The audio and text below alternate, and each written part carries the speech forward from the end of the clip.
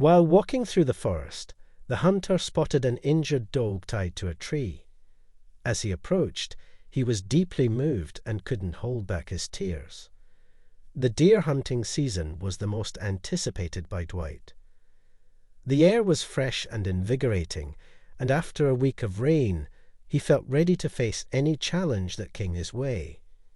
His expectation was to find a robust deer, around 70 kilos, in full vitality. But as he followed the trail, he heard a strange sound, difficult to identify. A sharp whimper came from behind a large tree, and he ran to see what it was. The scene he found on the other side moved him deeply. An exhausted and malnourished dog was tied with a collar so tight that it injured her skin. Her face was covered with deep, inflamed cuts, but the most painful thing was seeing the litter of newborn puppies blindly trying to find warmth and milk from their wounded mother. As an experienced hunter and knowledgeable about wildlife, Dwight always prepared carefully for his expeditions in nature. At that moment, it was hard to know where to start. The dog was clearly scared of his presence and quickly placed her puppies behind her as she tried to stand. Dwight pulled a small package of jerky from his pocket and approached slowly, allowing her to smell the food. When she began to eat, he gently petted her to show that he wasn't a threat. Once she finally relaxed, Dwight opened his backpack, took out his hunting knife, and began working to free her. He had to act very carefully to avoid hurting her, and as he kept one hand on her to calm her, he felt the dog's body trembling with fear. Dwight slid the knife under the noose and patiently cut the rope, freeing her. When she was finally free, he noticed that the rope had left deep marks around her neck. However, instead of worrying about her own wounds, the dog immediately turned her attention to her frightened and traumatized puppies. Dwight waited as she sniffed each one of them, trying to calm them down. With no container nearby, Dwight emptied his lunchbox and filled it with water. The dog drank quickly, and Dwight soon gave her more water. The puppies began to cry, trying to get their mother's attention, and she sniffed each one.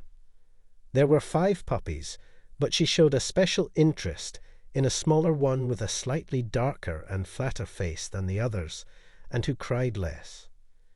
Taking advantage of the fact that the dog was focused on the puppies, Dwight carefully examined her wounds.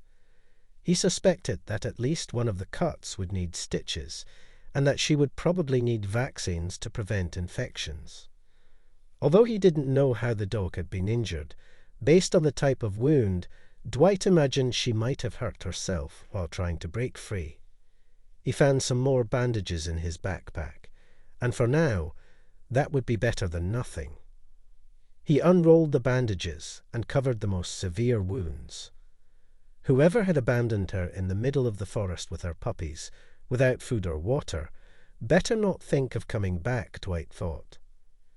After finishing bandaging the dog, he wrapped the puppies in his coat and began to head back down the path he had come towards his vehicle. As he had imagined, the mother followed him, worried about her puppies. Dwight walked slowly so as not to overburden her, considering how much she had suffered. When they reached the parking lot, the dog seemed hesitant.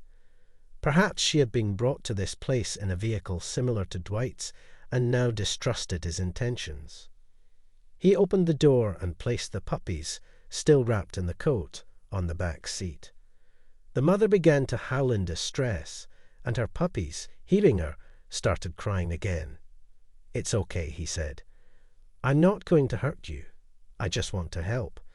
But the dog became even more agitated.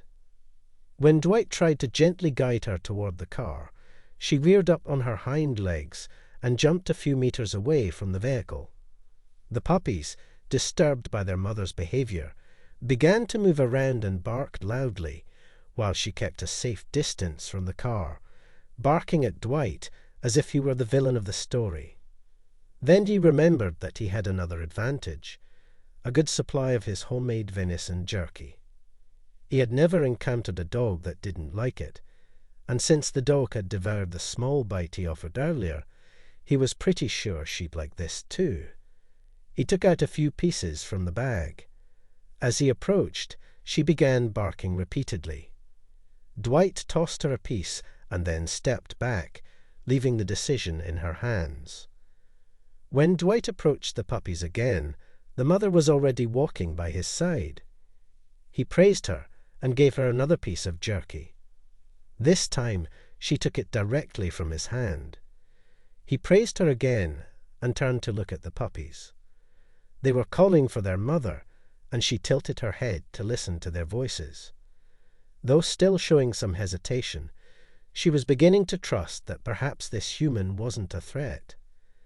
Despite driving a somewhat suspicious vehicle, he took out more pieces of jerky from the bag and placed them on the back seat where the puppies were. The mother showed some nervousness with a few barks before jumping onto the back seat. He closed the door and took the wheel. Dwight's first stop was at Parkside Animal Clinic, where he faced another challenge, persuading the dog to enter the clinic.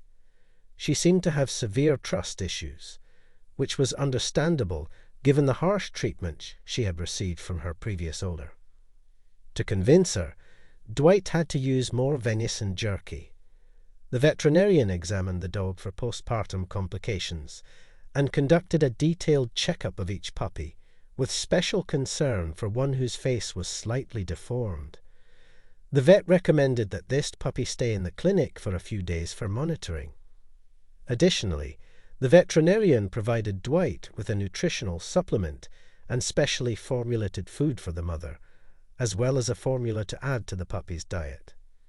He also treated the mother's wounds, which only required a few stitches. With the right diet and care, the dog quickly recovered, and all the puppies, including the one with a deformed face, remained healthy. As the dog recovered, Dwight was able to focus on her natural talents. Her intelligence and speed made her an ideal candidate to be a hunting dog. A friend who trained hunting dogs suggested that he take her for weekly training. The dog excelled in all the tests, and both realized that she'd have been a hunting dog before. Perhaps she had been abandoned because the pregnancy had slowed her down. Interestingly, the previous owner hadn't recognized her potential. The puppies grew up cute and healthy. Though people offered a high price for them, Dwight chose not to sell them. The dog and her puppies stayed with him, and it's undeniable that the first piece of jerky had a huge impact on her loyalty. She recovered well from her injuries, though she was left with a scar on her throat that remained visible for quite some time. Over time, the painful memory of their first encounter turned into something positive, and they could face the future without fear.